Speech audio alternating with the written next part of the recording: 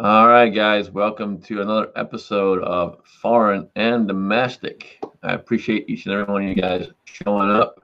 I apologize, there was not a show last weekend. I had to go into work early, so I apologize again for that. But we are back. Good to be here, glad to be here. And with that, we'll jump over to Alan B. Pro. What's up, brother? Hey, been one hell of a week for me. Been a busy couple of weeks, but it's finally getting to better, much better weather here in Iowa. And start off as usual with this. I pledge allegiance to the flag of the United States of America and to the republic for which it stands, one nation, under God, indivisible, with liberty and justice for all. All right. Now with that up and out there, it's never in the way. The participations list is looking a little slim at the moment. 67 Rebel SST AMC, Andy 79Z28. Man, I'm going to be reading a lot of numbers here. Armament and Axes -1. Chris 338, Ferret with guns. Dig the dude's Instagram, man. That's some good stuff there. The TC's corner jumping in. Blue Healer 260, Lone Wolf 76, Edward Petty popping in. Got the blue wrenches out there, so anybody wants to fuck around, try it. I dare you. That's right, Blue Wrench Mafia. All right. With that being said, we'll jump over and we'll go to the Tactical Swede, the biggest pussy on YouTube. Fucking A, that's right. What's up, man? Good to be back. It's been a few. Been absent on YouTube altogether, pretty much.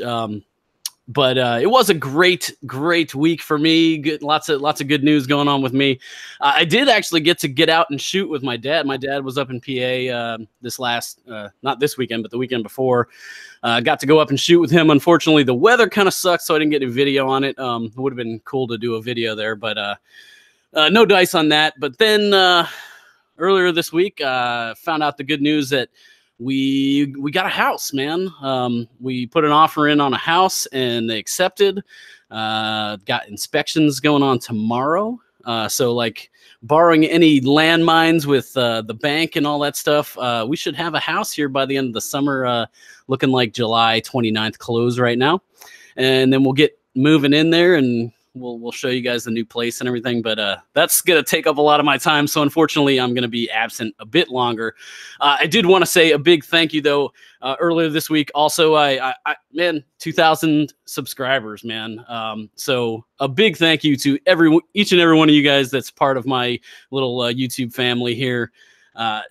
When I started doing this, I never would have even fathom 2,000 subscribers, 2,000 people out there that, care what my goofy ass says. So big thank you to everybody that follows and comments and all that stuff, man. I love you guys. That's awesome, brother. Congratulations on both the house and on the subscribers. But come on, man. Who wouldn't want to watch the biggest pussy on YouTube? That's good stuff, man. All right. Kingpin, how you doing, buddy? I'm good, man. Thanks for the invite. I appreciate it. Absolutely. What you got going on? Anything? Not too much. About the same. Just enjoying the rest of the weekend. All right. Good deal. Daniel, what's going on, brother? There we go. Well, I got the laptop where I can actually get internet. I just don't have any editing stuff anymore. And I've got one more graduation party to go to. And then I'm done for the season. But yeah, I haven't posted hardly anything because I lost all my editing stuff, and it's kind of hard making shooting videos without having the capability of doing editing, because they can make for some really long videos. I mean, you guys don't want to watch me walk 200 yards, and Scotsman here can tell you how slow I am walking 20 yards, let alone 200 yards. So. But it is what it is. Thanks for the invite, Alan, Scotsman, Jesse, hi, David, hi, and that guy from PA, hi, and the guys in the side chat. Get rowdy. Don't worry about Alan. If he gets froggy, I'll just mute him. Awesome. Good deal. Good to have you. Jamie, how you doing, brother? I'm doing better than I deserve. How y'all doing? Thanks for having me on. Hi, guys. Congratulations, Swede. We got a trip coming up the weekend of, not this coming weekend, but the next weekend. We're going up. I'll be going to a family getaway with my parents and my sister and her husband. So we'll be up to the Smoky Mountains. And I'm going to be looking forward to ducking into Smoky Mountain Gun and Knife Works. That's going to be pretty fun. So that ought to be fun.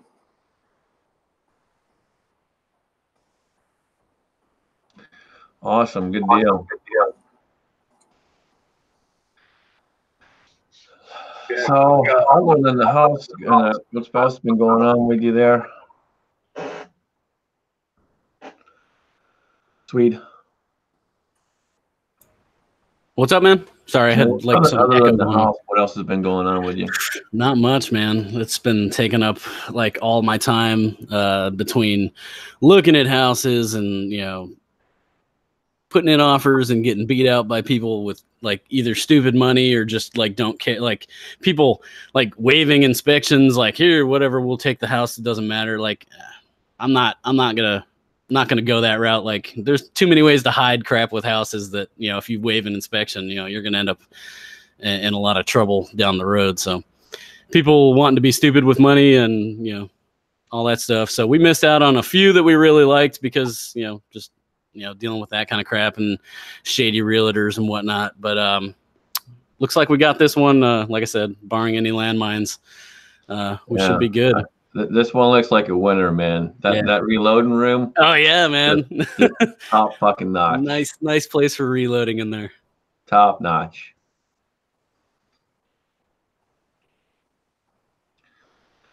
Yeah, and it's probably very, very relieving to get at least all the way up to this point. Man, I know the very first time I bought a house, that was one of the most stressful times in my life.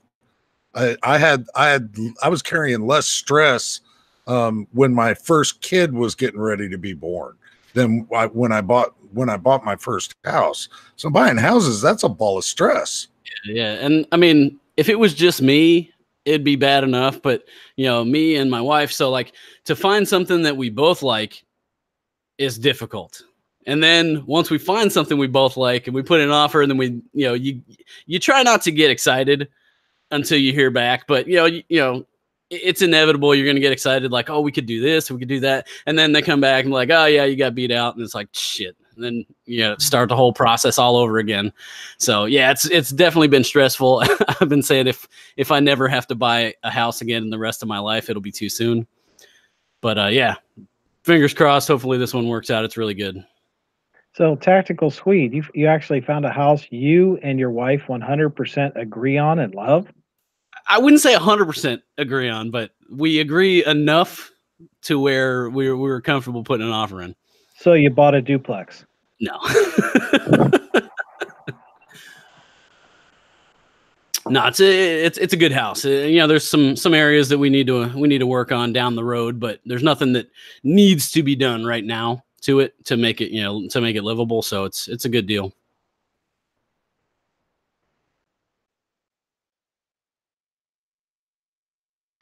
All right, good deal. With that, let's just jump right in to Trump, Second Amendment, suppressors. We'll start with Daniel. He's already shaking his head. What's your thoughts, brother? Same story, just a slower burner. I mean, come on. I mean, it's obvious Trump doesn't know nothing about guns. He needs to talk to his one son that goes out there and shoots and hunts and stuff. Talk to him a little bit, but it just goes and shows you both parties are out to curtail our freedoms and put money in their own pockets and just get more control over us. We got to get the Tea Party rocking again and make it a serious party, because this two-party system is not working at all. That's all I got to say about that.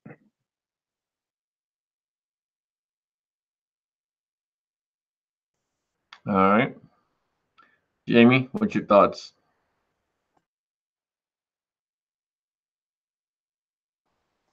I agree. I'm at the point where I'm willing to.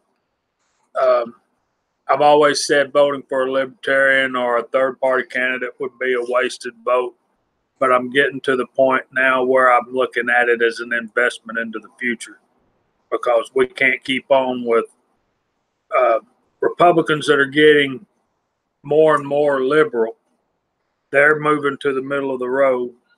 Our liberals are just getting way off out there in left field. So, yeah, it's about control and domination. It ain't about what the people want anymore. But, yeah, I'm thinking that a vote for a third party would be an investment at this point. Well, I think everyone seems to forget that before he was a Republican, he was a Democrat. So it's all slowly going in motion. Swede, thoughts? Yeah, I don't know. Like you're saying, like these people that like are making these, decisions and throwing their opinions out there that really have no idea what they're talking about. Like, these guys, they're not gun guys. They don't know what the hell they're talking about. And, they hear suppressors, silencers, and they think, Hollywood ninja bullshit, like, oh, you can't hear the gun go off. They have no idea what a real suppressor sounds like attached to a firearm. But yet they're going to make decisions that affect everybody else's lives when they have no clue what the hell they're talking about. That kind of shit pisses me off.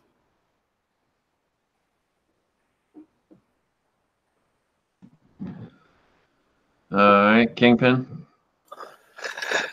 Yeah, I don't like it when anybody violates my rights, regardless of who it is. And I like it even less when I'm a Trump supporter, and I'm not ashamed to say it. But it doesn't matter who it is, whether it's Scotsman or whether it's Donald Trump. If somebody's doing the wrong thing and you support them, then you should call them out for it and be honest about it. And that's what I see a lot of not happening, is just the division is getting wider. You got the people who think Trump is a big dummy and can't do anything right. And then you got the leftists who just completely hate everything about him. And then you got I guess they're called the fanboys, who will never say that he does anything wrong. And we're never going to get anywhere with that type of division.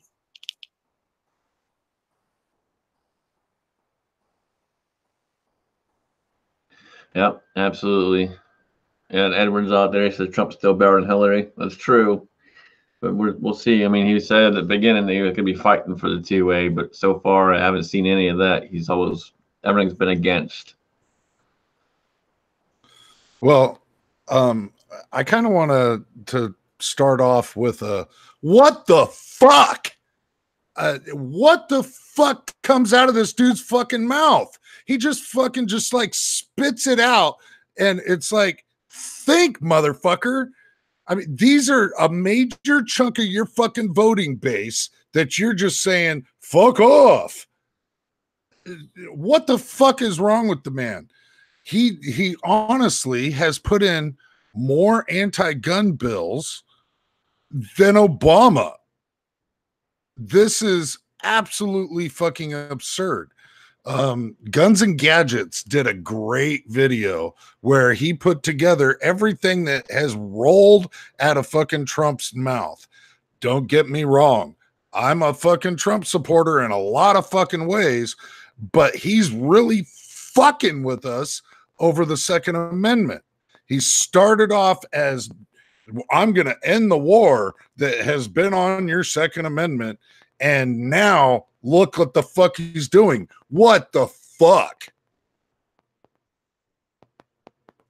Well, he's just sticking to his whole thing about it's just an accessory Just like the bump stock was an accessory. Well, here's the thing: it's not an accessory because it's an NFA I item. know.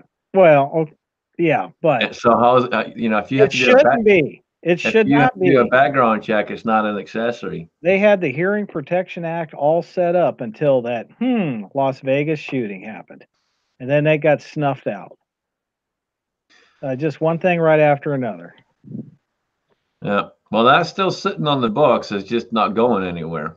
Well, how about our wonderful Ohio governor on what he did to us? Yeah, I mean, I'm sure you know about that. You can tell the people about. Why don't you go ahead? I honestly don't know right now. I've been working so much, I probably missed it. It was the stand your ground law. That was all ready to get sent through, signed, made into law for Ohio, where we had stand your ground, and he line itemed it, vetoed. So we do not have it here in Ohio. So we still got to run and hide. Yeah, tell that to my 357. It ain't running anywhere but forward. It just wants me to want to go in and start a backhoe operation. Backhoe for rent. Yeah.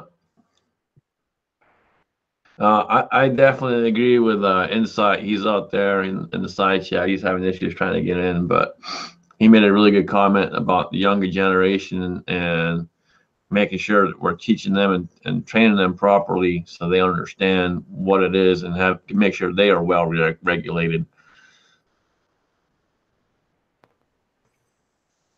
Well, yeah, they're trying to eliminate the knowledge of the Constitution altogether. There's a reason why they don't want to teach kids cursive. It's not because they don't have the power in the schools to do it.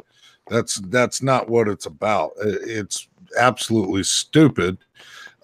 So many thousands upon hundreds of thousands of people have absolutely no idea what the Second Amendment is about, more or less have any clue about the majority of the rest of the amendments in the Constitution. They don't understand that them standing around with pussy hats and their protest signs is something that's included in that document. That they're protesting that we get rid of something else in that document. I think that Scotsman and Insight were probably touching on what I think is the most important, is somewhere along the lines in our generations, we've allowed other people to teach our families. Whether now it's the iPad teaches our kids, or the teachers are supposed to take care of it, or the government is supposed to take care of it. And America wasn't set up that way. America was set up that the father takes care of the family, the mother takes care of the family, the brother and sister take care of each other, the next door neighbor, the uncles, the cousins, they all teach you how to do stuff. And over time, we just allowed our master to become our teacher. And the deeper we go into letting the master, i.e. government, whatever, anything except for the family unit to teach the younger ones coming up, the worse we're going to end up getting. Yeah, that's an excellent point. And the other part to that too is Google, the media. You can put anything online, and it doesn't have to be correct or anything. It can be whatever it wants. Like look at Wikipedia, for example. Wikipedia, anyone can edit that and put whatever they want on there. Doesn't have to be true. Yeah, and I was having a conversation the other day, like on that same subject about like teaching our kids the right way to do things, or just teaching them in general how to do things, like totally unrelated. But I think it was last year, the year before, I was coming into work and I passed this dude that's on the side of the road. He's got a flat tire and he's just like standing there waiting. So I pull over and dude, this dude's like 20 years old and he has no fucking clue how to change a tire. And I'm like that was something that, I got taught as a kid before I started driving. I got, they taught me how to change a tire, how to change my oil, how to, just basic maintenance type stuff. And like some kids today just don't get taught that stuff. And I'm like, where are these parents at? Like just don't teach your kids basic, survival type stuff in the real world. It blows my mind. Yeah, no, absolutely. I agree 100%, man. I got a kid at work that blows my mind every night. He just does the dumbest things, and he doesn't think. Just does not think. But he was not. You can just tell he wasn't raised properly. And it's sad, very sad. I don't think you could find his name if you tried. Yeah, I think there's a lot of absent parents nowadays, and it's sad. Like what happened. Common sense. It's not common anymore. It's not getting taught to the kids. It's just not. It blows me out of the water about how little about common sense the 20-somethings now currently have. It's just like, wow, how did you put your underwear on this morning without assistance? Dude, I got like kids knocking on my door at like 9:30, 10 o'clock at night, asking if my kids can get like 12-year-old kid knocking on my door at 10 o'clock at night. Hey, can they come outside? No. Like, where are your parents? Go home, you know? Just roaming the neighborhood. Parents don't care where they're at. Well, I tell you, at 20 years old, I was out there. I was I was out of the house, burning down the world. You know, burning the candle both ends, just having a blast, and held a job doing it.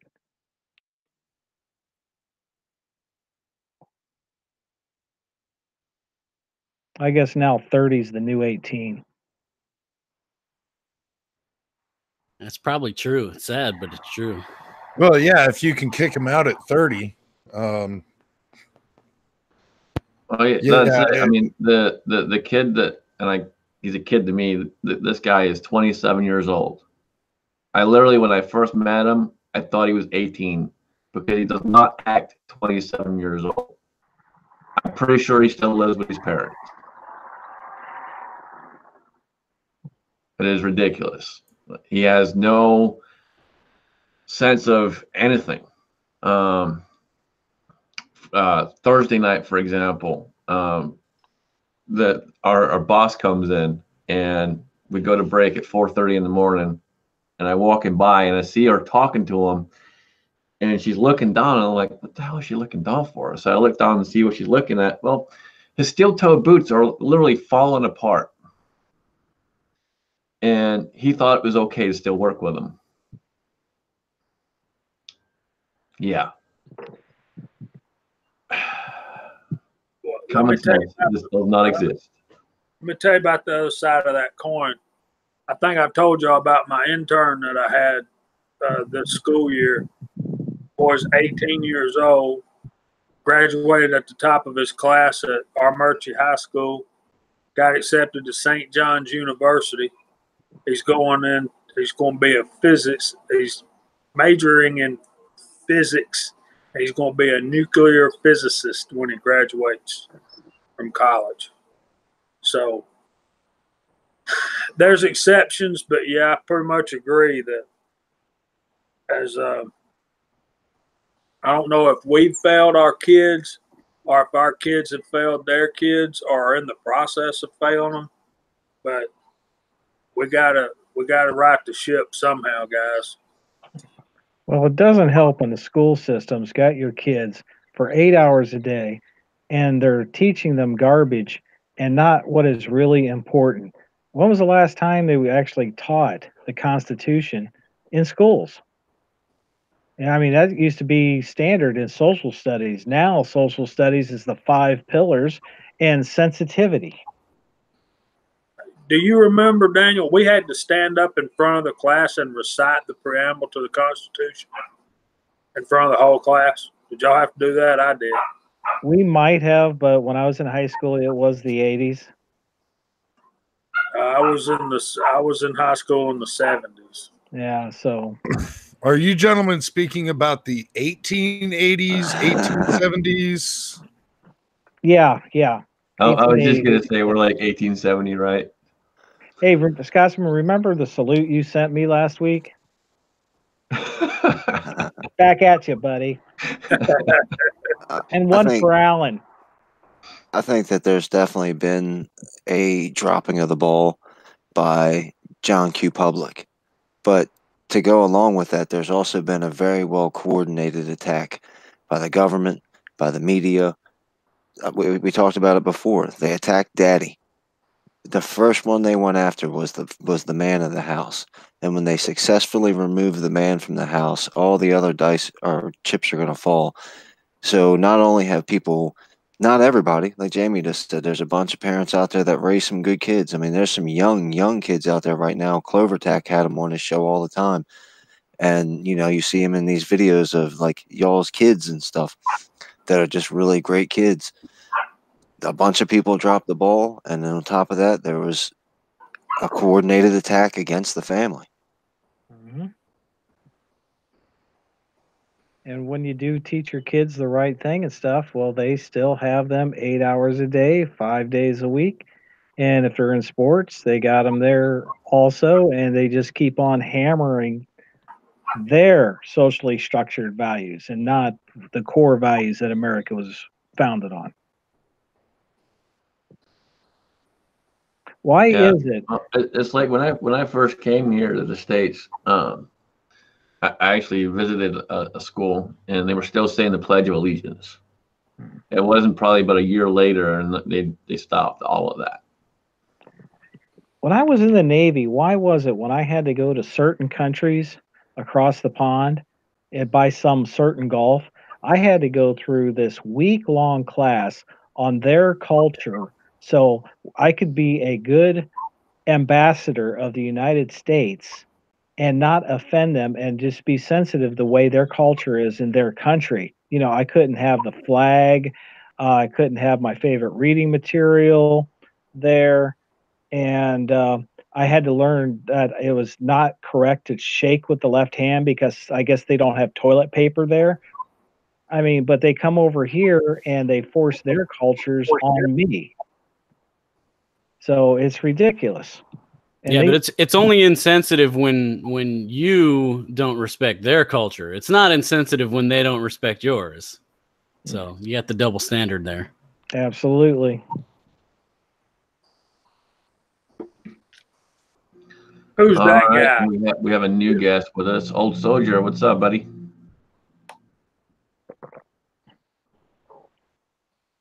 He just muted himself. Can you hear me now? What? Can you hear me now? What? Pull string, gun, go boom, Daniel. Oh, hey, I got you. I'm humbled to be here and thank you for the invite. And Scotsman, your gift is more than words can say. Thank you, sir. No words needed, buddy. No words needed.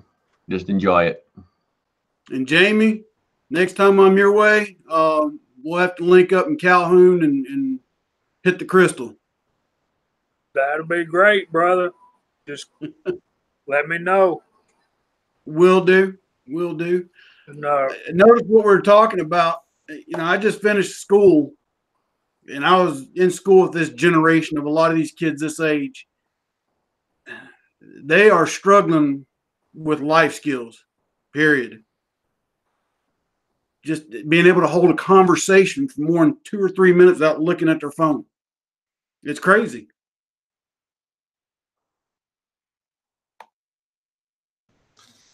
Yeah, as we sit here congregating around a social media monster, a lot of the social media and these devices are completely defamatory towards families being able to raise their own kids. I mean, I have set forth certain rules on when these things are not strictly not allowed. We go to sit down to dinner, and these things, nope. That's not happening.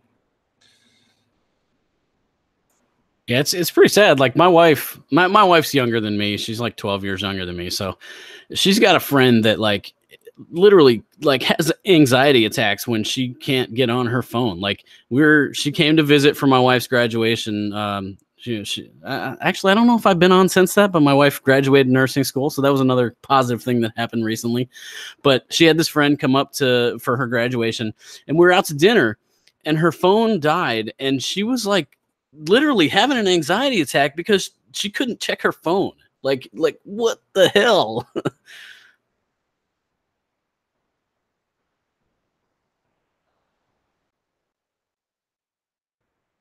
Yeah, the younger generations are so literally addicted to it. It's kind of absolutely insane.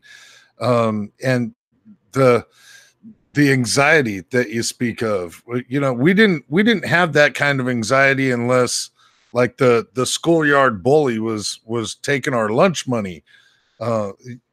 You know, you just didn't have that. You had that kind of anxiety when you were sitting down to take that math test that you didn't study for. But it's so commonplace now to be over the top with that just liberal amount of.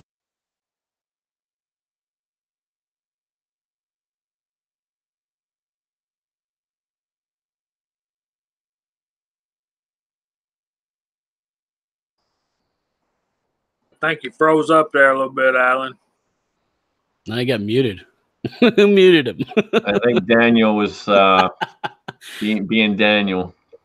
No. For some reason, out of nowhere, it'll shut my camera off or shut my mic off. I don't think that was anybody. I think that was Daniel. Look at him; he's not innocent. Well, we know Daniel's not innocent. I'm but not innocent. I didn't do it though. I thought you just stopped and was reading on our inside chat what I said, and you was just trying not to laugh. Yeah, I'm wondering how old the Swede is about right now. I'm not sure that's against the law, bro. It's not that bad. Come on. Well, wait a minute. Do you live in Kentucky? Because legal marriage age is 12 years old there. No, I'm 41, so 12 years younger. Do the math. Okay. Well, although when I met her, she was 18. Ooh, cutting it close there, Bubba. Not that much. But back to what Alan was talking about with the history and civics. For 2 years, I was surrounded by these kids didn't even know how to go and vote, or what the issues were when it come to voting. You talk about scary.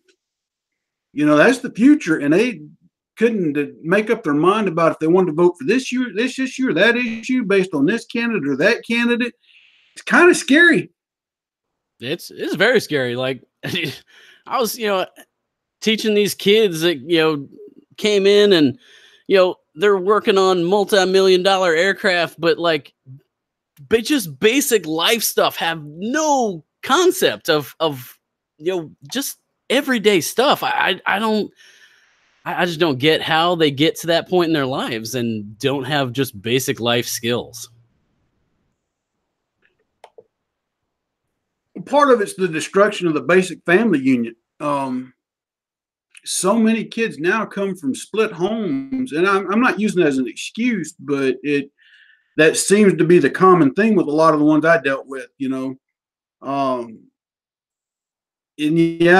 also got dual working families. When I grew up, my mom stayed home with me and my brother. My dad worked, she stayed home. Nowadays, so many families, both parents have to work just to survive. That's the other thing. So now, who raises the children? It's either the grandparents or the school system. And it's really not the responsibility of the school system. So,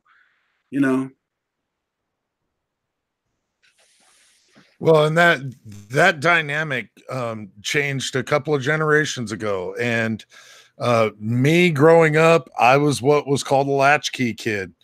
And so both my parents worked. And on top of that, my mom went to school. And so she did everything she could to raise myself and any siblings I may or may not have. and did as much of a bang up job as she possibly could. Didn't do all that bad. I'm not sitting in a prison cell. But that's pretty much required now. Unless one person in the family makes an exorbitant amount of money, you're gonna have to have two incomes in the family. Both the parents are going to be gone. And so we've got a lot of kids that are spending 8, 10, 12 hours a day in dealing either with the school system or daycare. Yeah, you're right, Alan. And it's sad. But that's a fact. It is a fact of life. Wish I could snap my fingers and change it, but there it is. Cold, hard truth.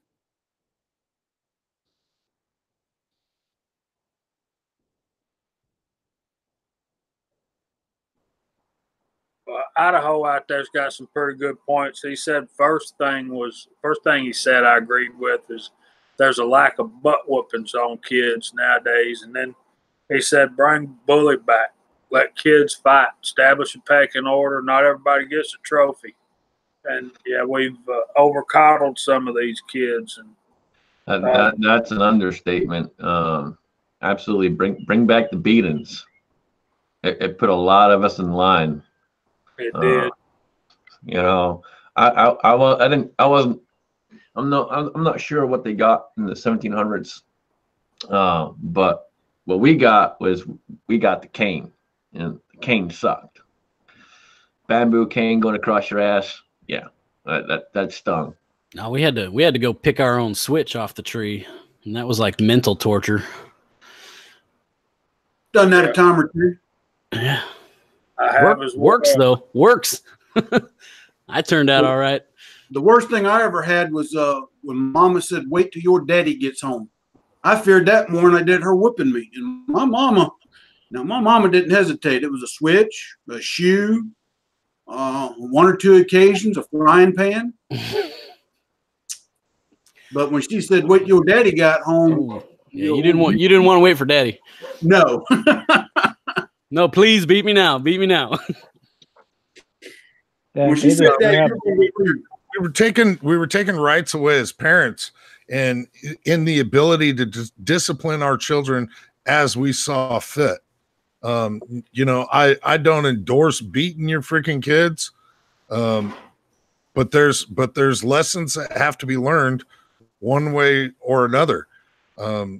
Nowadays, kids can sue parents for saying certain things, or it's ridiculous the lack of rights that parents have with their own children trying to raise them.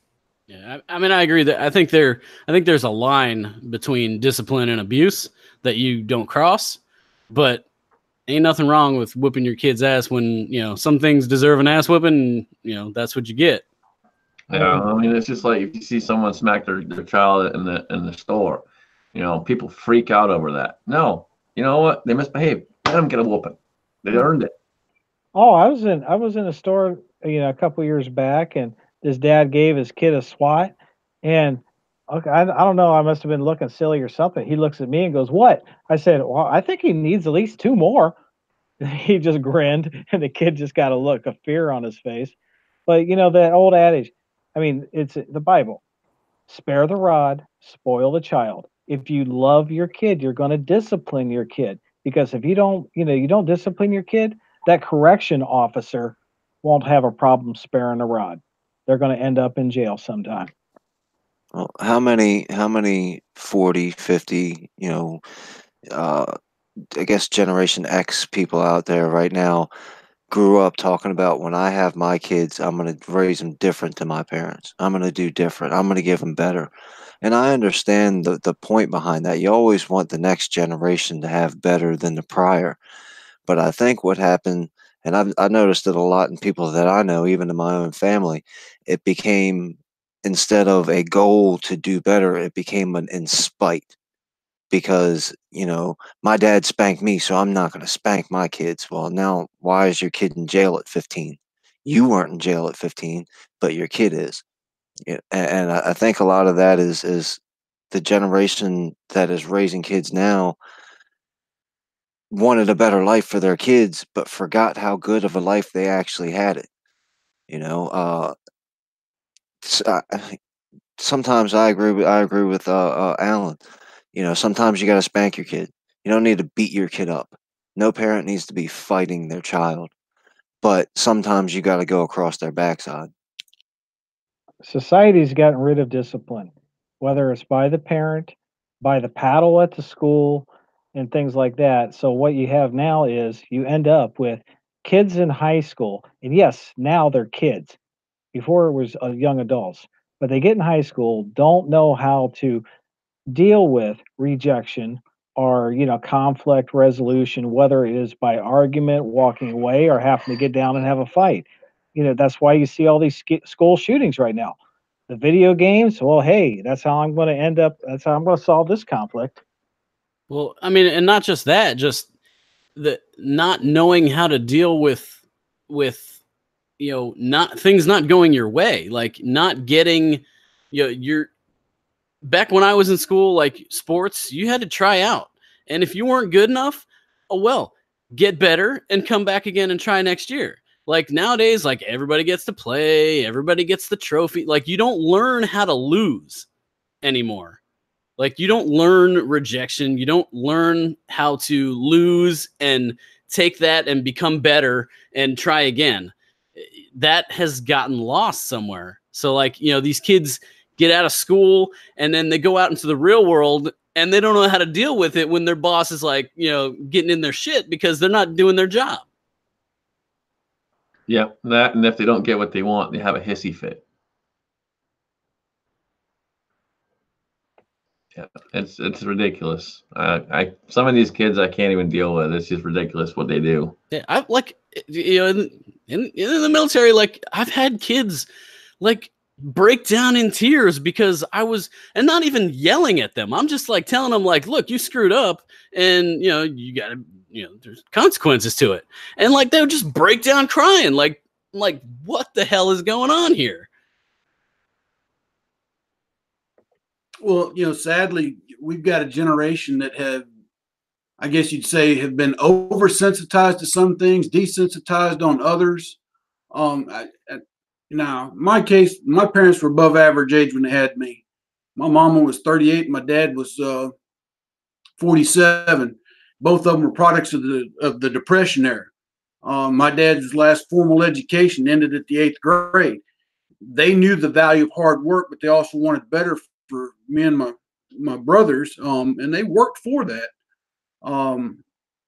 In some ways that was good, but in some ways it wasn't. I had a case example of Tactical Swede was talking about the military. That was a real rude awakening for me in August of 1987. I got to Fort Jackson and met the first drill sergeant. First thing went through my mind is, my God, what have I got myself into? But it reinforced a lot of what my father and mother had instilled in me. It's just I had drill sergeants that weren't going to, pick me up and dust me off real gentle like. They were a little more firm about it. But it made me a better person at the end of the day.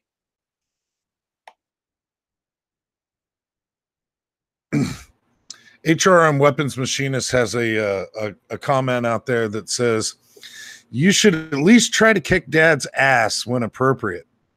My dad had an open invitation for my brother and I. Open invitation. Anytime you think you can kick my ass, let me know. We'll go out on the front lawn and take care of it. And I was smart enough to never take my father up on this. My brother, on the other hand, was not. And paid dearly for his, we'll say, lack of intelligence on that particular subject. But what it did by him telling us that was reassured us that what he said was gospel and to not go against him, because the fact of the matter is if it boiled down to it, he was still going to be able to kick our ass.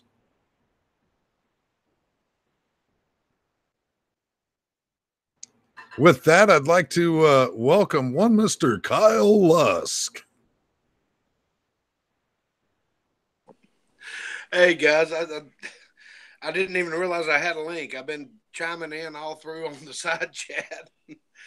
I finally grabbed my cell phone and went, oh shit. Okay. But anyway, hi everybody. How are y'all doing?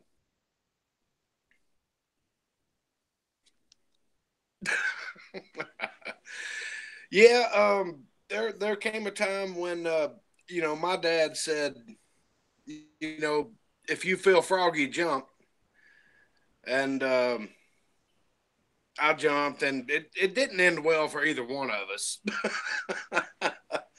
But we both knew that I would jump from that point on. So, but yeah, I was taught from an early age, you better make sure that what you're fixing to mess up doing is worth the ass whooping you're going to tote. Because you going to tote one.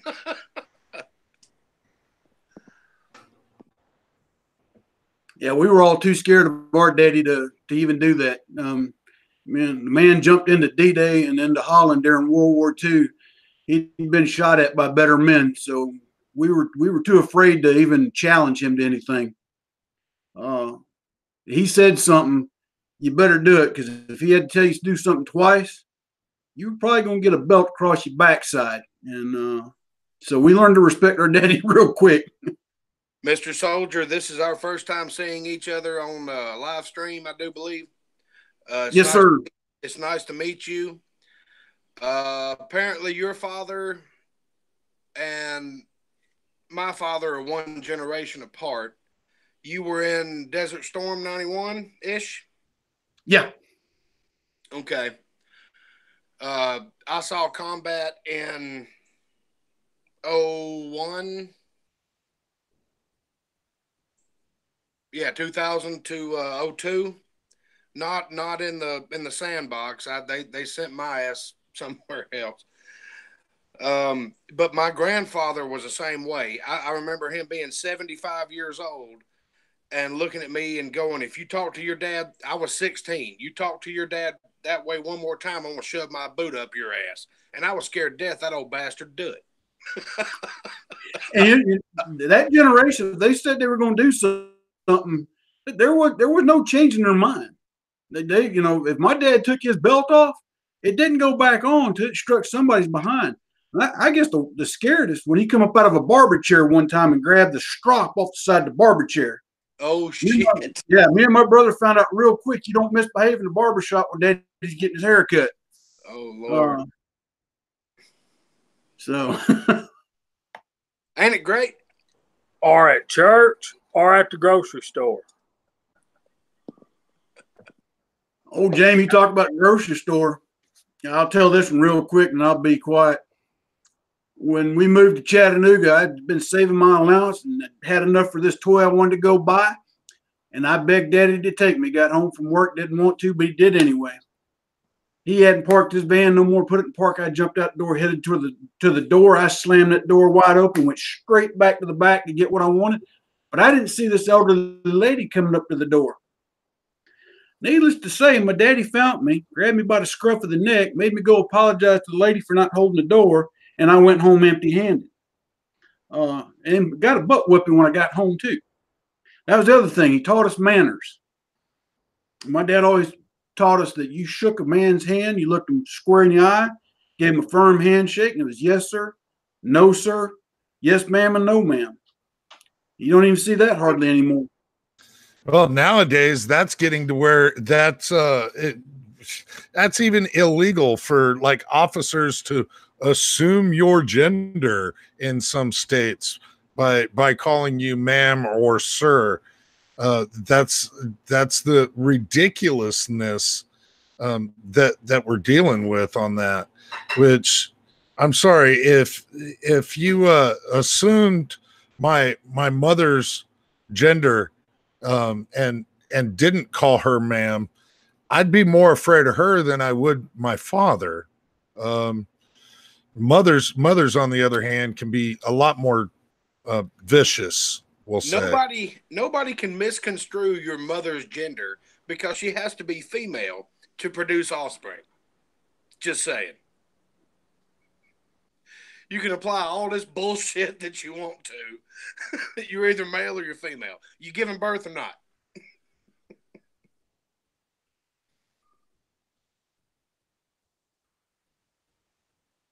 So, Kyle, haven't seen you in a little bit. How the hell you been, sir? I've been doing great, Alan. How about yourself, sir? Oh, just busy working mostly. Been doing a lot of fishing on the side though. Awesome. So Awesome. that's been some good times there. Very good. I'm trying to keep myself muted because my frogs are starting to act up, and I don't want to overrun anybody. So you know how it is. Well, go kick their ass, Seabass. Let them frogs be quiet. Hey, They're, Daniel, how you they're doing, feeling brother? they're feeling froggy. They are. They are. That we finally got some rain, so they're happy. They got little puddles to play in and do their froggy things in. You're raising them for food or? Oh, they're way too small to eat. They're just really loud. They're like Democrats. They're really small, but they just raise a lot of hell.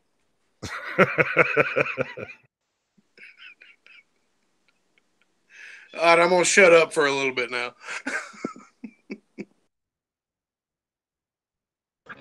You're good, man. You started talking and all my crap went to shit. I lost everything. I don't know what happened. That's what you get for inviting a stranger, a new guy. Just blame it on me. No, it's Kyle. It's all Kyle. So there's this line that came out after the this most recent shooting that the city Des Moines City Council here in Iowa will be contemplating possible magazine extension bans, high capacity magazine bans, and different accessory bans.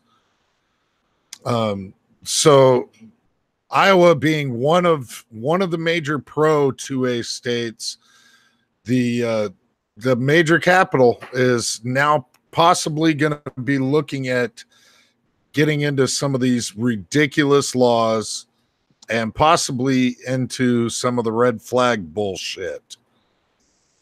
I'm beside myself with it. Yeah, it's getting ridiculous. It just seems like more and more states are jumping on the bandwagon. Just know that every damn one of them's illegal. So, but what it boils down to is, do you have the money to fight it all the way to the Supreme Court? But every damn one of them's illegal. So, if all these red flag laws, they violate, it's between 4 and 8 amendments of the Constitution. So, depends on how you look at it. I don't agree with it one way or the other. And everybody watch your six. Cobra Burnout, you need to refresh because she walked behind him about 5 minutes ago. Milsert Mike is correct. Iowa does have a firearms ownership ID. You, in order to purchase firearm, you have to have a permit to use it, a permit to purchase. Having a concealed weapons permit overrides that. So if you do have a concealed weapons permit, that also works for that as well. Other than that, all the law enforcement that I've ever dealt with in Iowa here has been just fine and dandy with it. The majority of the politicians talk good about it. There isn't. They haven't rushed to any of the red flag laws here in Iowa like they did in many other states. So it's about as well as 2A can be. It could be by far better. But it's about as close as it can be.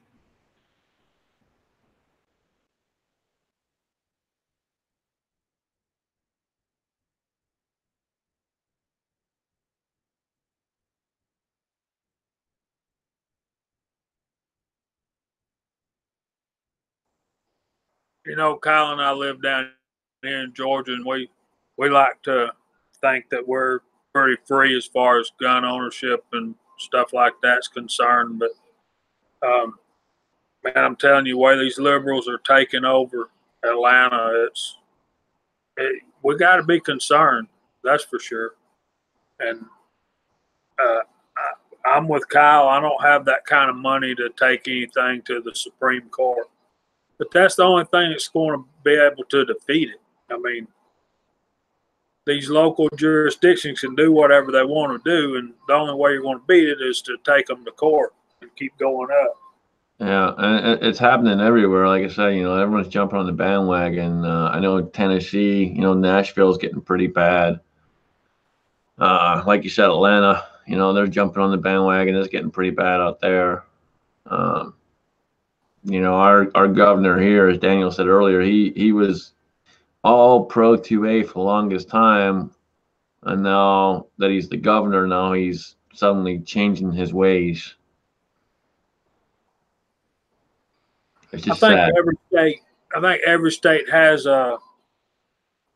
really has two parts to their population: the part of the state that's in urban areas, and then the rural areas, and then you got the suburban folks that are in between. And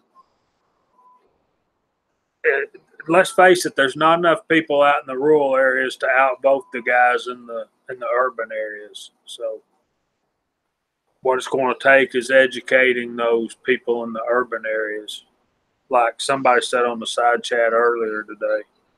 Yeah, I think the thing that has saved Pennsylvania from getting too, I mean, obviously there's some anti-gun stuff that pops up from time to time, but the thing that saved Pennsylvania is just the amounts of rural areas, because the governor, Philadelphia, Pittsburgh, all those liberal central hubs they're the ones that are always wanting to push the anti-gun stuff, but there's enough of the urban farmland kind of people that it always gets held back.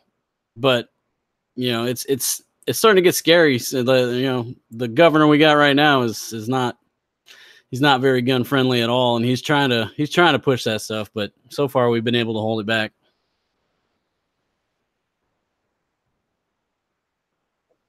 Well, part of the problem too is that we talk about these folks that are anti-gun. What it is, they want to control the guns for themselves, and it goes to a further bigger picture, if you will, of we take it away from the masses. Now we can control the country and do what we want. I mean, it's the first playbook out of the fascism and the communism playbook. Disarm the general population. Once you've done that, now you can control by fear. Well, I mean, I think that applies to the government, but I think a lot of the people that follow along with that are more of just the protectionists. Well, let's get rid of this and it'll make us safer. That's kind of what they fall. I mean, I agree that I think at the highest levels, the government, their intent is to disarm the people because you can control them. But I think a majority of the people who are anti-gun are doing it out of we'll be safer if we, okay, we'll give up these rights as long as we can be safer as a society. Well, it's the fear factor that's been driven into them. Through media and everything else. It's the fear factor. They haven't gotten rid of anything that, and then they think they're going to be safer. Yeah, it's the propaganda that has caused that too. I mean, let's jump across the big puddle to England. It's gotten so bad there. Society's gotten bad when they put a ban on knives, and it still doesn't stop crime. But people still say, "Well, we take away this, we take it." It's the cradle to the grave mentality of the government's going to take care of everything. Take everything. They're going to do that too, but take care of everything from the moment you're born to the moment they put you in the ground. And the more they feed that to the public, and that's the case and example, the media. There's no honest journalism anymore. They're basically either catering to ratings or what they're told to by the powers that be to sway the masses, and that has an impact as well.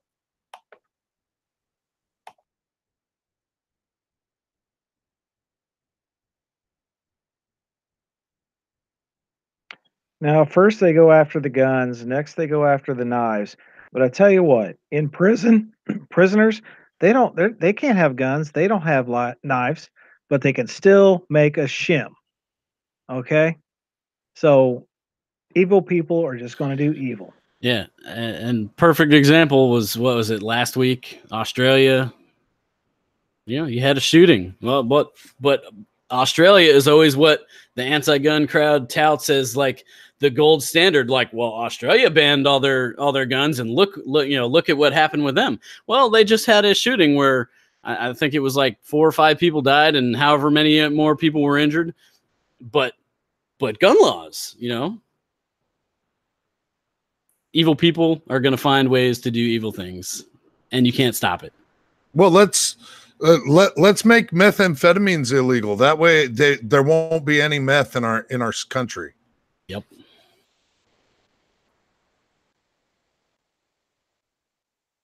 Now let's not pick on the meth heads, because there's a free market out there where we could take anything and turning into a meth bomb, a bonk. Yeah, like sleep apnea machines.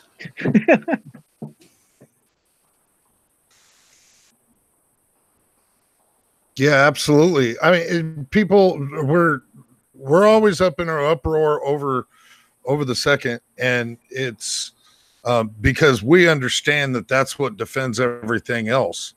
They can come in and still feed us certain things, like Milsert Mike was talking about with the Patriot Act, that eliminates other rights as well, basically destroying the Fourth Amendment.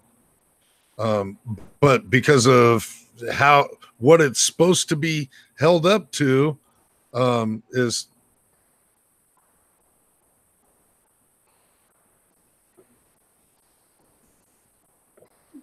Alan, you're absolutely right. They have violated the Fourth Amendment. The next thing they're going to probably take away is your Fifth Amendment. They're going to push until they basically destroy the entire Bill of Rights. And I've done several videos on the Second Amendment, and as well as the others. And I keep popping this up in my pocket Constitution, because if I don't know, I always go back and re-reference it. But the Second Amendment is clearly stated. But the Fourth as well is a big issue, because really the red flag laws are an infringement of our Fourth Amendment right. They're going to sit there and confiscate because your neighbor doesn't like you. Well, my neighbor over there in Parkton, North Carolina, he's a crazy old feller. He's, got PTSD. Y'all need to come take his guns. And without even so much as a mother, may I give us your guns, you're going to jail. And in 12 to 14 days, you'll see a judge.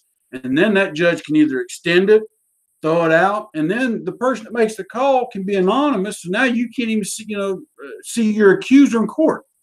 So yeah, it's a much bigger infringement than just the Second Amendment. It's ridiculous when the president turns around and says that we'll take the guns first and then we'll go through due process.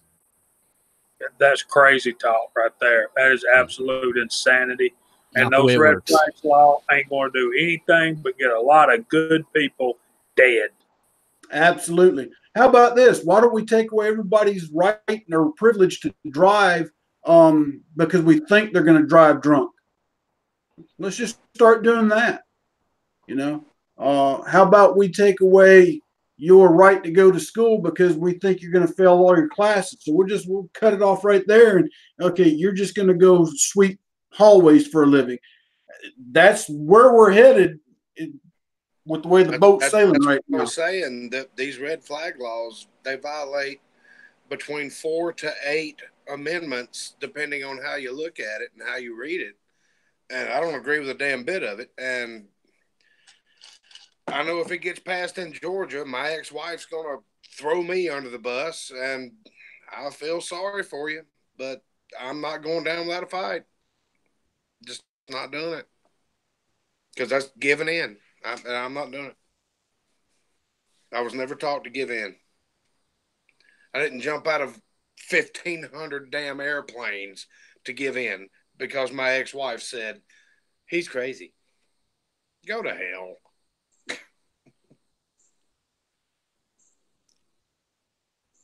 I'm not crazy. Do y'all think I'm crazy? Have I ever done anything crazy? I mean, come on. No. We're all a Jumping little out of crazy. airplanes is a perfectly sane act. I've done it quite a few times myself. I know. I understand. I love it. Yeah, it's not the The jumping. lines all tangled up. You get your lines untangled, and then you land, and then you go on about your business. And it's not the jumping that gets you killed. It's that landing at the bottom. It's that broken leg when you land wrong. Yeah. You know, I spent most of my time in the Army than field artillery. Safety is always paramount, but sometimes you got to use common sense. It would be funny when they'd get out there and you'd have to mark your powder pit with a flag. Well, everybody knows where the powder pit's at, but they still want you to put a flag up just so, everybody looks dressed right dressed.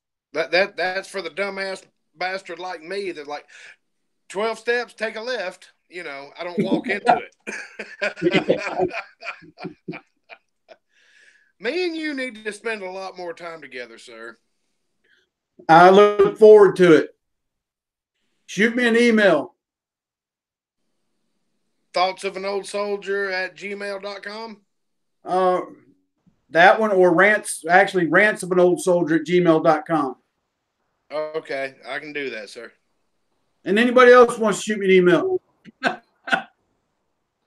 I knew it was something of an old soldier. Yeah. rantsofanoldsoldier@gmail.com. I'll handle it, sir. Matter of fact, Now, crap. I hate to interrupt, but Daniel did something earlier, and Daniel, I don't think it's very safe. That rifle that you have right there, can you pull that thing back up, sir? Because I do not feel that rifle is very safe. I agree. So you went back and true fact checked me on that, didn't you? No, we just want to no, because I know what Alan's talking about, and is like the magazine is downstairs. I'm doing a major gun cleaning today, and the mag stayed downstairs along with 5 other CZs I had to clean. And oh Lord, are we doing a totally room full safety inspection on firearms? Oh, no. Okay. I understand. Cleaning the weapons, that's acceptable. Otherwise, just letting you know, the weapons are safe. Yeah, what I was doing, the deer were coming out here on the edge where I planted that the clover and the oats, and they're eating down there, and I was trying to see how big the racks were getting on them. And every once in a while, a groundhog does come out, and when I pulled that up to look at the deer, I was thinking, crap, I just put this over the camera, and there's not a mag in it, and I wonder how long it's going to take Alan to bust me. If I could, Jamie, there you go. It's getting real. Well, Wax is wondering if you brought your tactical pillow with you too while you're out there. No, actually, I use a pillow for sighting in and shooting quite often out here on the porch. Either helps with the gun rest or my elbow, so the cement doesn't give me road rash on the elbow when I'm got it anchored down there. Everybody needs to own a tactical pillow. Oh yeah, it helps you on those long range shots. I mean, the farthest I can legally shoot from my front porch is 220 yards. After that, I'm not going to confirm nor deny that the road is 100 feet lower in elevation from where I sit at to where there's a 675 yard straight out shot on the other hill. So you can shoot over the road. Yeah, I will not confirm or deny that either. Sounds like a conspiracy. So I wanted to go back to something Red October, I think, said earlier about what it's coming down to is we'll have states that are pro-gun and others that are quote-unquote gun safe. So I don't know about that, but that might be what we'll come to.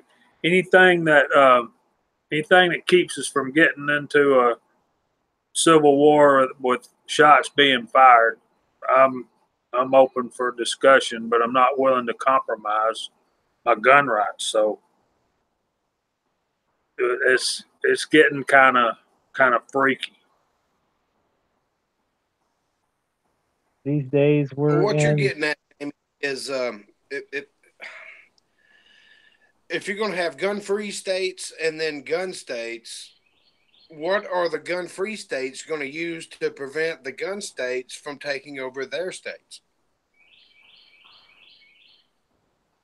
Maybe their state debt. Man, we just need to send everyone to California that doesn't want a gun and call it good. Just don't have a gun. How about That's that? a good idea, Scotsman. And then maybe California will break off and float off into the Pacific. I want to drive the Chisel in the San Andreas Fault. I've been to California. I love California. It's gorgeous. I know why people live there, but I can't understand how they put up with the bullshit. I just really can't. Yep.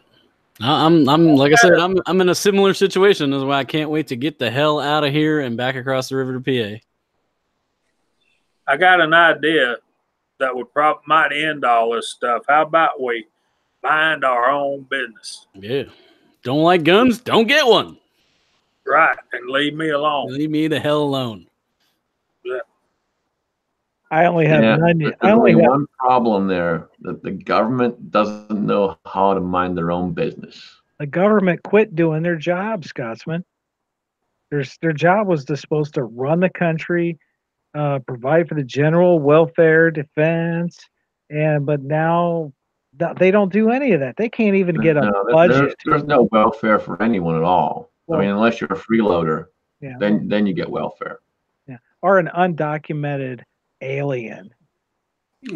Daniel, that's why I quit working for the federal government. Bureaucracy.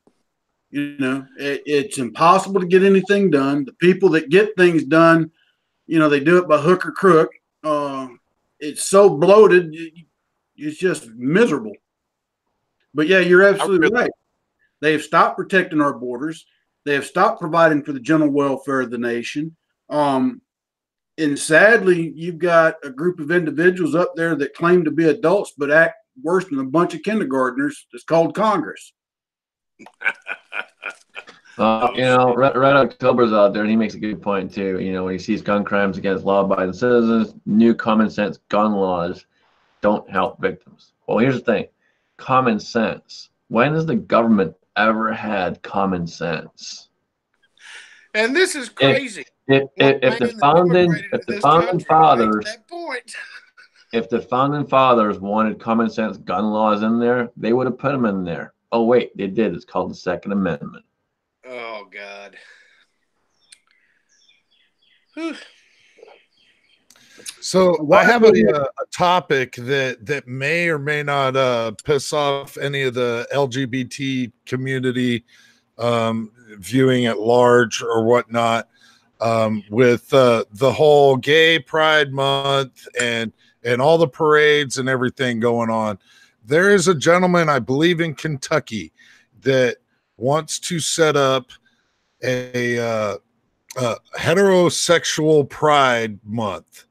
And he wants heterosexual parades to happen across the country in very, very similar form to the gay pride communities at large.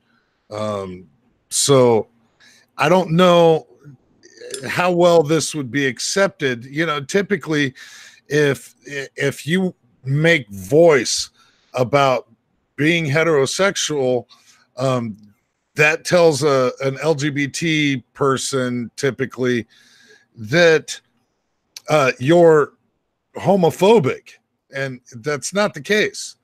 You know, maybe I just like to celebrate the fact that I can procreate. I don't know. Alan, I really do not have a problem with homosexual people, no matter what. but there's only L and G. All the rest of that shit doesn't matter.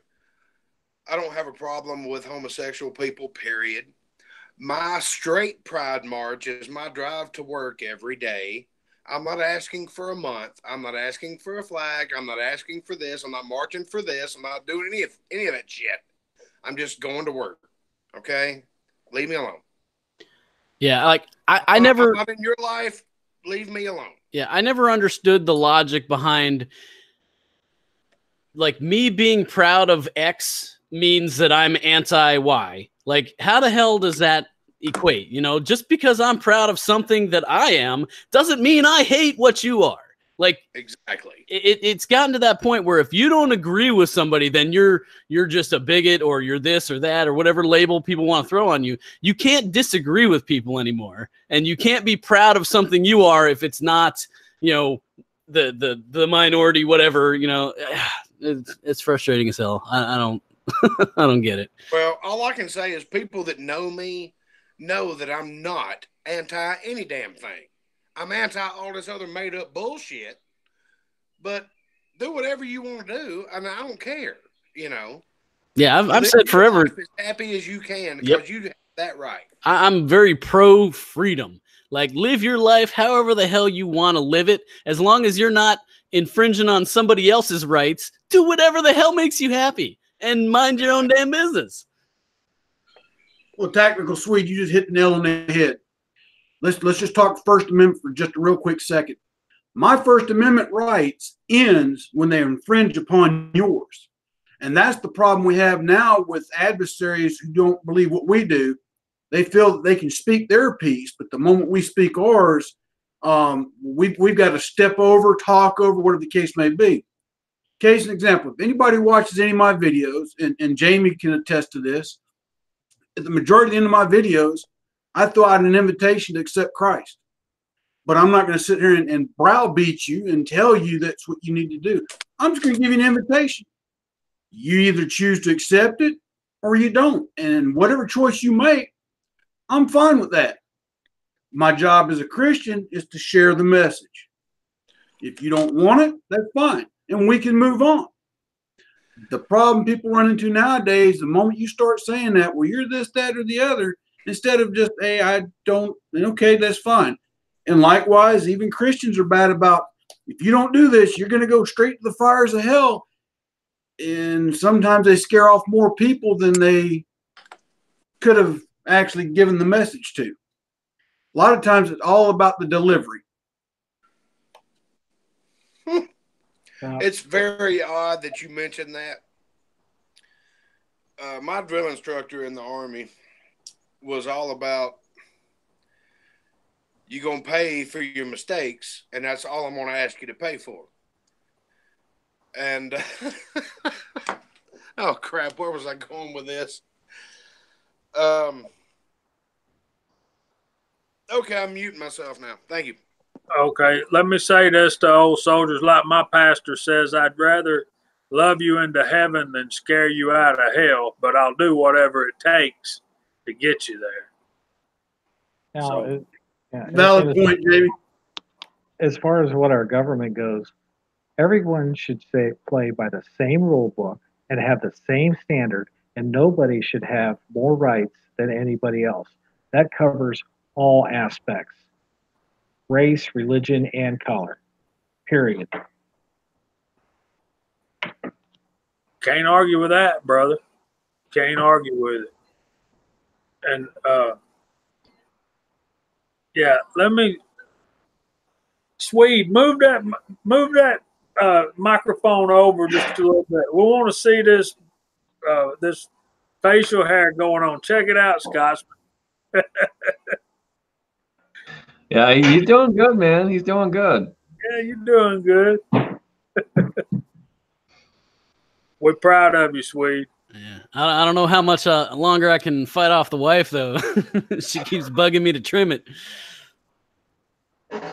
I got in trouble for trimming What you got here is you get rid of all the trimmers in the house, all the scissors in the house, and then you can't trim nothing. She keeps threatening to cut it off while I sleep. I was just about to say, you're going to wake up one night, she's going to have it in her hand with a friggin' steak knife. Or she might do like a buddy of mine's wife did to him, put Nair in his shampoo bottle. Ooh. That's nasty. That's dirty.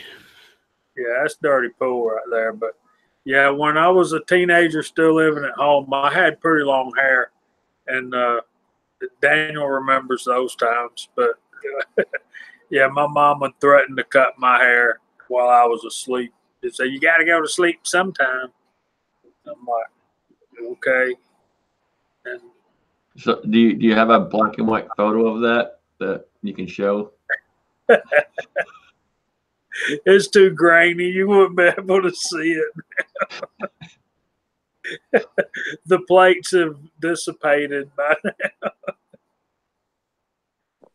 The birds that were in charge of carving it have already retired, and they weren't complete with the picture. Yeah, that picture was taken back when they put black powder in those trays they held up on the side of the camera. Yeah, that's what I meant by the plates have dissipated.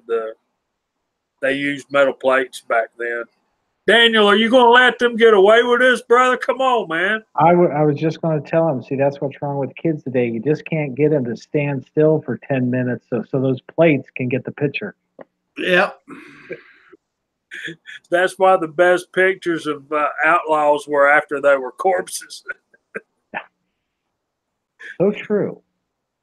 It was, yeah. Maybe our politicians could get their, never mind. Jamie, when we going to the range, man?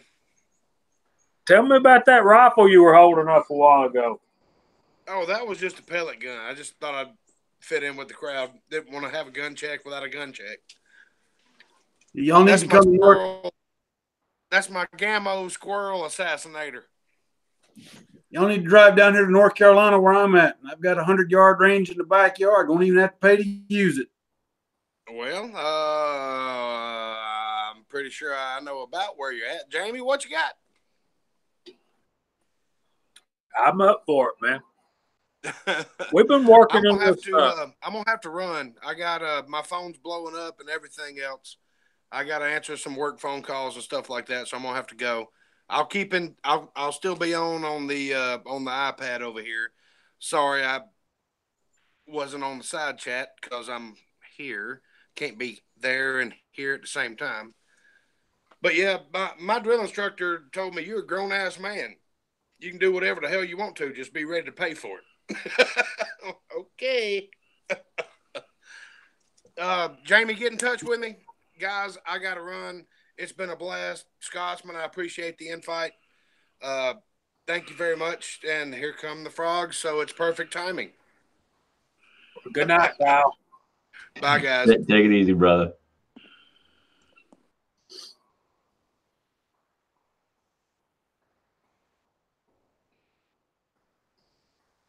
I think it is about time for a gun check, isn't it, Alan? Well, yeah, I think I just got the black rifle here sitting next to me, in all her splendor. She's been done. Absolutely love it.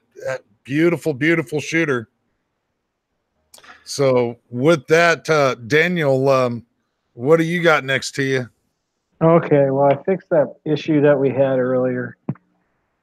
Okay, the beautiful black one.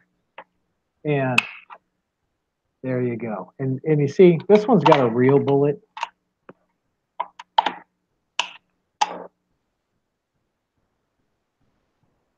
The 450 Bushmaster. How's the new one working for you? Is it working good? Let's see, where's that target at? If I could get my video camera to work when I'm trying to be shooting it at 200 yards, I'd have some great stuff. Where's that target? Where's that target? All of our beer talk, I guess Wes S., his wife, was listening, so she's got some ideas now. You're welcome. No, the target. Yeah. But I'm shooting it at 200 yards. I shot a group of 6. I had 1 flyer, and I've got 3 making 1 hole, and the other bullet is hitting about 1.5 inches low left of that group of 3 in 1 hole. But is that factory or is that reloads? Those were factory, and now I've got some reloads in more factory, and I want to try to video it again here when I get no rain, and I got to have a day with no wind, because that 45 caliber slug, you get in the wind, it blows it all over the place. So, How much does it weigh and how fast is it moving?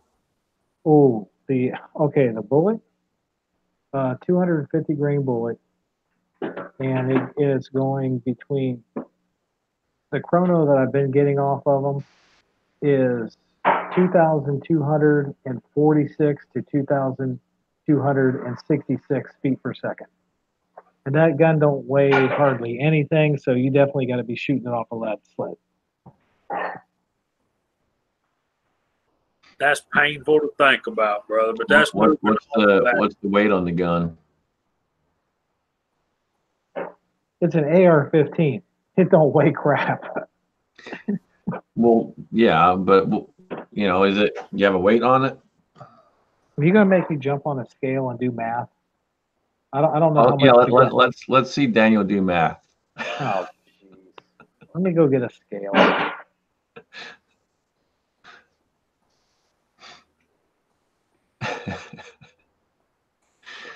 Got to make him work. Can't show up for free.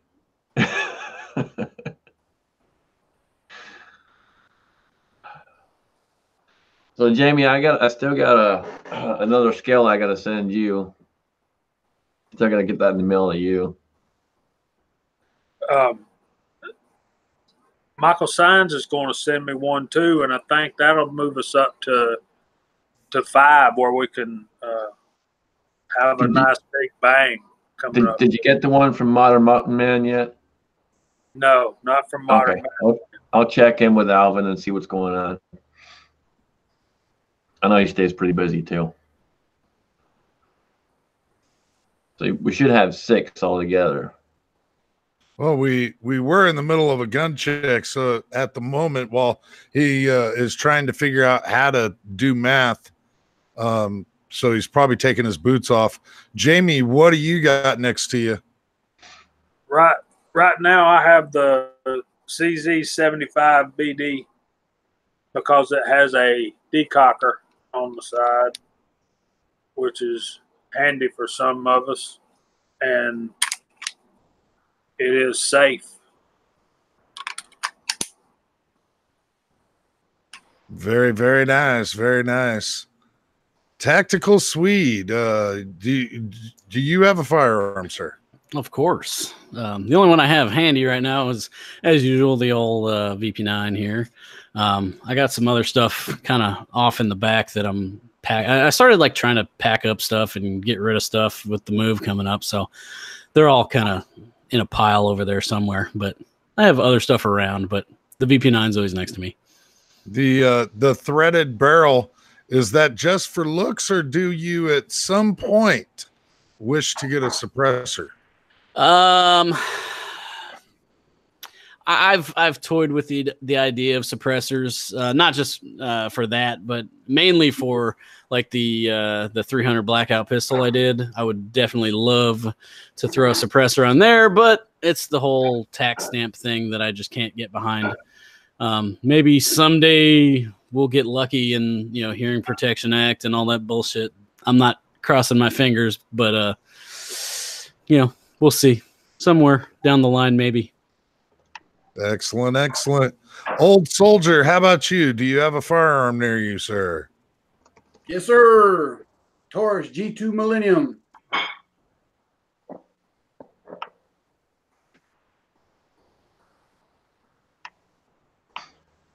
And it is safe. You got a weight on that? Did you figure out your math there, Daniel? Oh, you're talking to me? Yeah, that's 8.8 pounds loaded. And yeah, I'm only packing the CZ today. And here you go. You hear that? You keep ejecting them, it's not going to be safe. You're making it less safe as you go. I was thinking the same thing. Every time you do that, it's one round less safe, bud. Well, I still have 16 rounds in it, so I think I'm still pretty safe. Yeah, that's pretty. You might cool. get by. Yeah, I live in a free state where we can have more than just 10 rounds in a magazine. Glad that somebody pulled up the CZ Love. Scotsman, how about you, sir? You don't have anything near you, do you? I got a few. I got a couple that are not safe, but I do have the one and only that's always safe right here. But I do have the Shadow sitting right next to me and the Beretta right next to me too. But they are not safe. All right, Daniel's got me wondering here. How safe is mine? Yeah, mine's safe to the tune of 16 rounds worth of 9mm. Is that including the one in the pipe?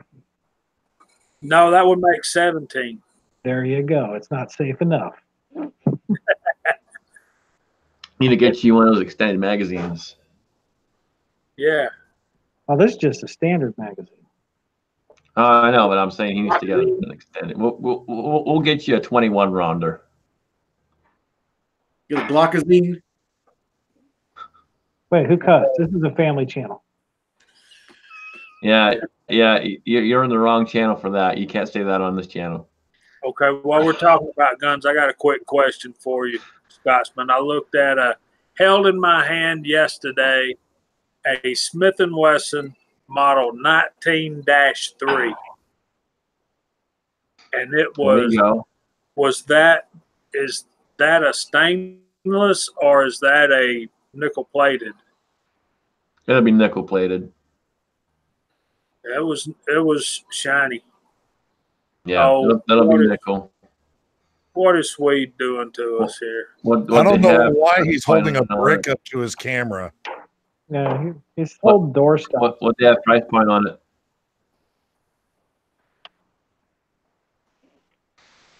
The Swede, is that your overpriced high point or?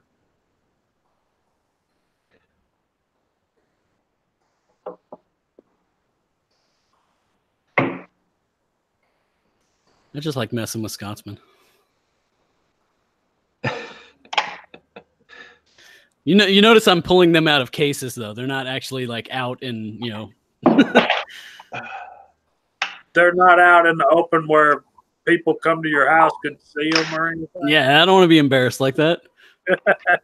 No, that one that I was telling you about last week, Jamie's still for sale. So I may make a call this week.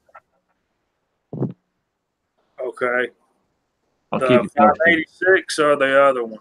The 586. Yeah, you might as well go ahead and do it, man. It ain't gonna go down. No, he said if it was there for 2 weeks, he'd go down on the price a little. So I'm hanging tight. But I only got a few more days to wait, and I can call him again and then make an offer. Yeah, you're going to have that. I'm pretty sure you're going to get that one. I hope so. That thing's pretty. They all are, man. This 19 I had yesterday in my hand. It's a friend of mine in CMA, and it's 4-inch 19-3. And I was thinking that it would should have been blue, being a 19. But they made them in nickel too. I was looking at another one in a nickel that I saw as well, but it was just way too high for what they want for it. I gotta, since the Tactical Swede is trying to start a little brush fire, I got a serious question for him. And Tactical Swede, have you ever had to send anything back for warranty? And if you did, with that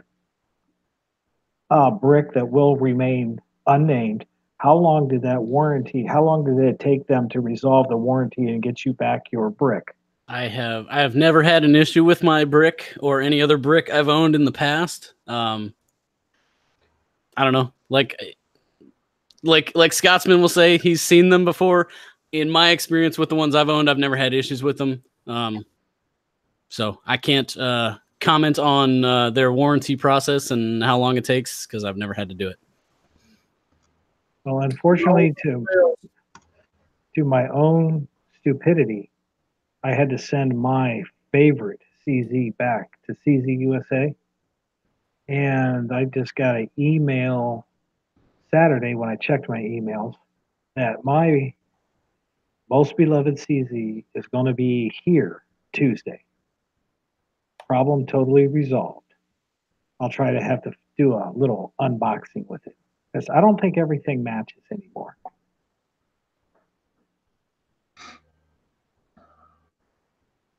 Yeah, they're usually pretty quick. Well, and as long as you don't mention 2 days in your unboxing video, Scotsman shouldn't have a problem with it, especially if you don't repeat it over and over and over again. You know, I didn't count how many times you said it in that video because I lost count. Yeah, 182nd did a video of, I'm not sure if everybody watches 182nd review or whatever he calls himself these days. But he did a video of our beloved Texan, and he said way too many times in one video, and he strung it all together, and he put up a counter on it. Absolutely hilarious stuff. I thought that was just classic.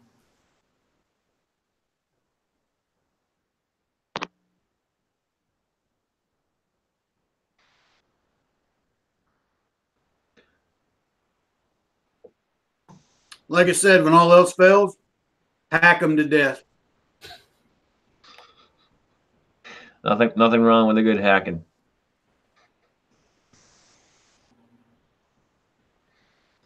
Yeah, if I ran out of ammo, I would definitely want the Scotsman on my back, with a sword on his back. There's no ifs, ands, or buts. But you don't want to put a sword in my hand. You'll end up having to patch me up quicker than shit because I'm gonna hack myself up with it. I got no skills when it comes to a sword. You just had to pull that blade out. Now Red is just drooling, and no. See, I think my sword skills would be all right because being a Star Wars nerd, I do play with lightsabers. So there you go. Yeah, you'd be teachable. What we need to work on is making field artillery legal for civilians. Then I'd be overqualified.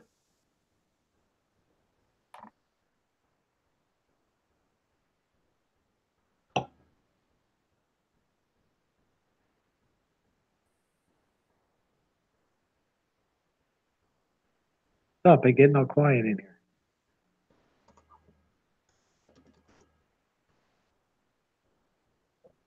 Hey, the Claymores count? Of course, claymores count. Well, only if you're standing behind them. If you're standing in front of them, it don't matter. I want to get that trailer hitch cover with the Claymore mine, because in some places you pull up, somebody pulls up behind you, really gets really strange reactions. Oh, now you had to talk this other stuff. My buddy stopped over here today, and I mean it's been probably about 6 months or so since I've seen him. And his cousin's a FBI agent, and she's out there in Baghdad with. I mean, she handles a bomb sniffing dog, and they're at the embassy. They got to keep going in because the radicals out there are shooting mortars into the embassy. But I guess there's this little pin that they're supposed to pull out of the mortar to make it work when it hits the ground. So here they got all these undetonated things laying around there. I just don't. I mean, it's like, okay, at least they got the same problems with their kids. They're just being taught wrong. Yeah, it depends on the caliber of mortar. There's some that does it. I think it's the 60 millimeters. Mm-hmm. Some of them have point detonating fuses, but yeah, if you don't arm them right, they'll just land like a dud.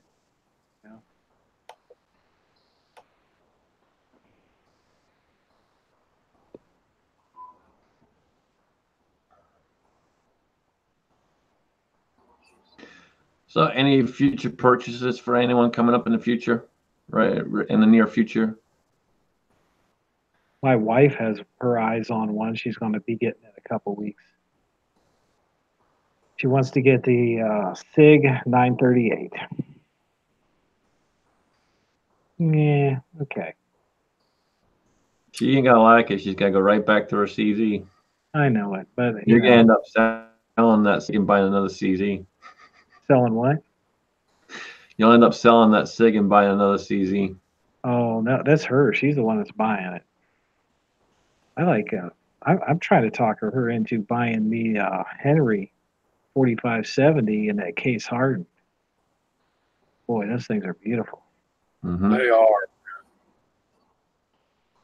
Thinking about getting a Star BM9.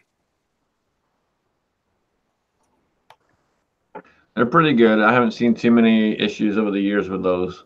They run pretty good. You can find a pretty decent price usually too. Oh yeah, I just got to get this thing called a job. That helps fund gun purchases. I'm looking for a Rossi 92 and 357 Magnum. Got my eye on one, so we'll see how that works out. I'm at the point where I just about got to sell something to buy something else, and y'all know how I feel about that. It's hard to let anything go. Yeah, that's a no-go for me. I sold everything I'm selling. Everything else stays. Yeah, I know it. I might have to go out and buy a High Point because my last video, I'm getting all these comments. They want me to do it left-handed and gangster style now. So I'm going to have Scotsman bring down some of his funky city clothes and a hat that's got the straight bill and stuff and the baggy pants and get the High Point out there. Man, you need to check out Full Ed Taco. He got one, and he had sights put on the side like this. So he was aiming it like this. He put Ruger 1022 sights on the side of the frame like that. No kidding, man. And he couldn't hit anything. But he's got a video up on it. You ought to go check it out. There's those plastic glue-on ones. Yeah. Yeah, I've seen those. Yeah, I've actually seen where guys have mounted red dots on the sides of High Points for turning it sideways. It's just absolutely hilarious, the things that they do with them. I mean, you know, what do you expect for a sub 200 gun? Well, now their carbines run great. They do. Yeah, I've got a 45 carbine and love it.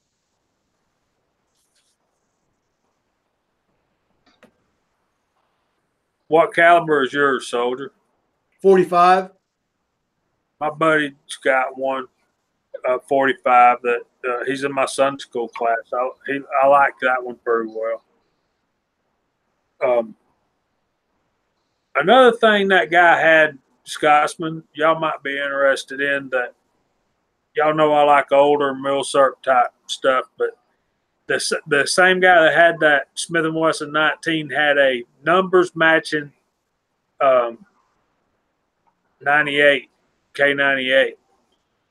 He also had a Gavauer 88, which is basically the predecessor to that gun, but man, it looks totally different. And he's selling those? No, he's not selling those. Those will never get you. Those will be inherited by his grandson, man. Those I would. I was gonna say those are those you want to hang on to for sure. Yeah. Yeah, this is my High Point 45 carbine. I've got the tactical flashlight. I got the True Glow sight. The only drawback is magazine capacity on it, but for what I use it for, it's a sweet shooting rifle. I've had no complaints out of it. I've had no issues, and I've run several types of ammunition out of it too, and have never had one problem with it. It's always shot true, so can't complain. Yeah, well, we got to get you reloading, soldier. Yeah, if High Point would fix their magazines, that would be miraculous. The carbines run. I've shot one that was dirty as hell, and it ran. Not only did it run, but it was pretty accurate. So if they just fix their magazines for the price point, it wouldn't be all that bad. I forget the channel. One or two channels, might have been both of them that did it, but they took one of the pistols now and they ran the pistol. They run it through the mud. They burned it. They ran over it, and it still kept shooting. But they're ugly as all get out, and they're heavy as all get out. But the pistols still function. Not something I'd want to carry every day, but for a home defense gun, and you're on a budget, it does what it's supposed to do. But I'm trying to think that channel. They took that pistol through its paces, and they were really surprised that everything they did to it, it still continued to shoot. CRS is in effect right now. I can't remember squat on that channel, but trying to remember which one it was where they did that. But they did a heck of a torture test on it.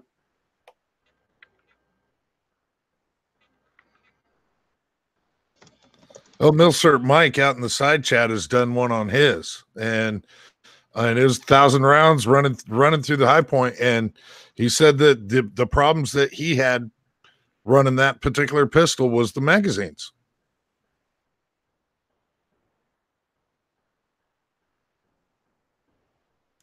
Not something I would sink any money into. Basically, if I'm going to get a pistol, I want to be able to get to a point where I feel comfortable carrying it. It doesn't even matter if it's going to be a pistol that I carry or not. If I'm not comfortable carrying it, I don't kind of even want to own it. Makes sense.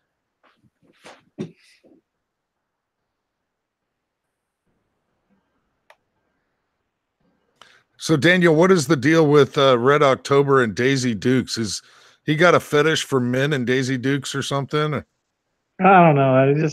I'm not going to confirm nor deny that whole thing there. I just know that some people have been leaving me comments that they want me to shoot gangster style and left-handed. Now they were in there talking about shorts and hairy legs.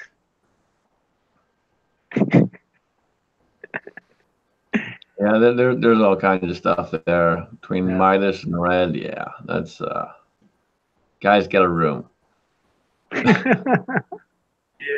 Yeah, he made it sound awful gross, man. But we got Ozark Spirit out there in the side chat. How you doing, brother? Good to see you in the side chat. Glad you made it out. Yeah, absolutely good to see him for sure. So, Old Soldier, with the comment made, I don't believe that you currently do any reloading. That is correct. You got to be smart to reload. And I hadn't figured out what I'm going to do when I grow up yet. Well, that would be a negative, sir. That would be a negative. This group has gotten me into reloading, and I now can reload my own Plinken rounds, my own range rounds. It doesn't take a rocket scientist. You can fall down the rabbit hole and start getting real kind of OCD nerd over the top with it.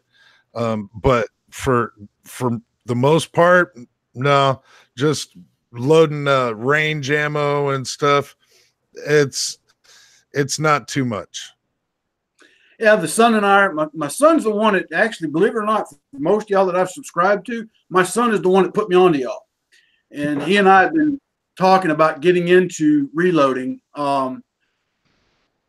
So we're probably going to start making some investments here in the near future, and got to get a place to do it. And I've got to create a workshop in the back of my container. I've got, we're supposed to work on that this summer. hey, I got a 45-foot shipping container. I got to turn it back into a workshop. So got to get that done before I can do anything else. Yeah, the whole idea of falling down the rabbit hole, like I can attest to that because I'm about to spend a whole shitload of money on a reloading room. Yeah, we got to get old Wes out there set up with reloading because, I mean, Wes doesn't shoot any pistols, but his wife does, and she's very demanding that she has ammo available all the time.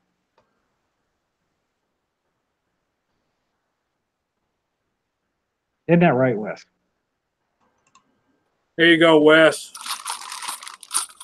270 Winchester brass. I got some more over there in the floor that's drying from coming out of the tumbler. So I'm fixing to start 270, hopefully to do this meetup shoot that Scott and I are working on. Ozark just made a comment out there that over $4,000 has been donated in her name so far. So that's awesome. And I'm just throwing the link out there again. So if you guys are able, jump over, donate to Autism Speaks, and it'd be awesome. That is unbelievable, and it makes me so proud. Yeah, absolutely. Hurt with you, Ozark, brother. I'm feeling you, brother.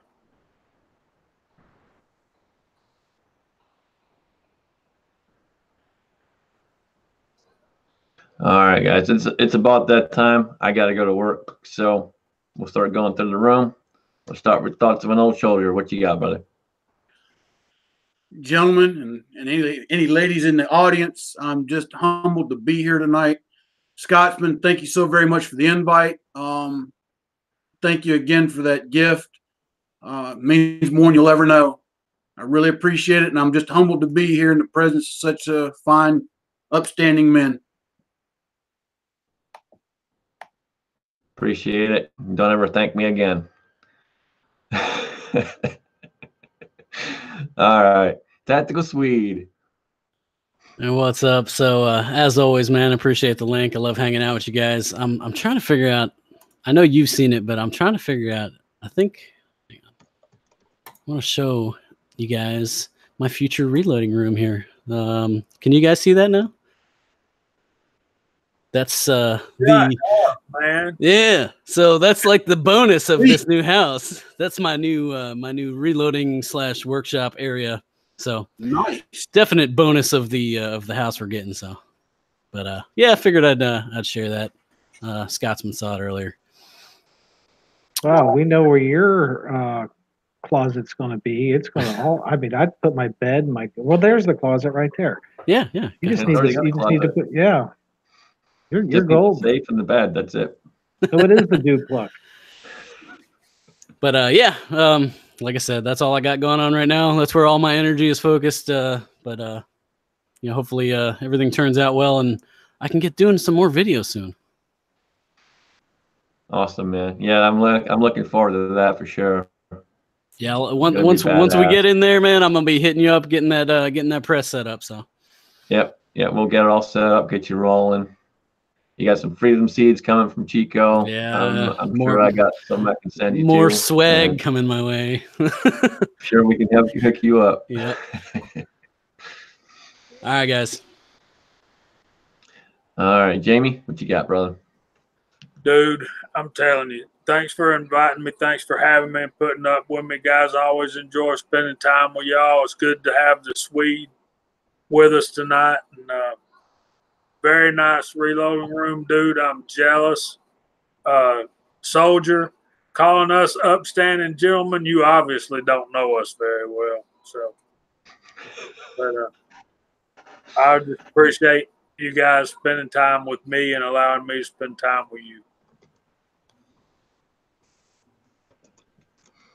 Always good to have you, brother. Daniel. Boy, this thing is slow. Hey, thanks for the invite, guys. As usual, had a great time. And the side chat, I had a blast over there. So until next time, peace out. Awesome. Good to have you. All right. With that being said, I appreciate everyone showing up. It's been an awesome chat. We had some really good conversations going on. And before we go, we'll jump to LMB Pro to take us out. All right, thank you, Scotsman. Man, I'm glad that everything worked out tonight. Had such a great side chat going on over there. Just a bunch of insane fuckers over there. Always great to have Daniel. Not only is he easy to look at, but he kind of keeps a level head on some of us that don't have as much of a level head. Jamie took the words right out of my mouth. And yeah, calling us gentlemen, think, so, the Tactical Swede, congratulations. I hope everything goes golden, and I'm jealous as fuck. And the Old Soldier is honored to have you here tonight. Very, very glad to have you. Had a great panel, great side chat. Been a great night. So all I can say is take care of every single one of y'all and keep the magazines loaded and one in the chamber. Thank you.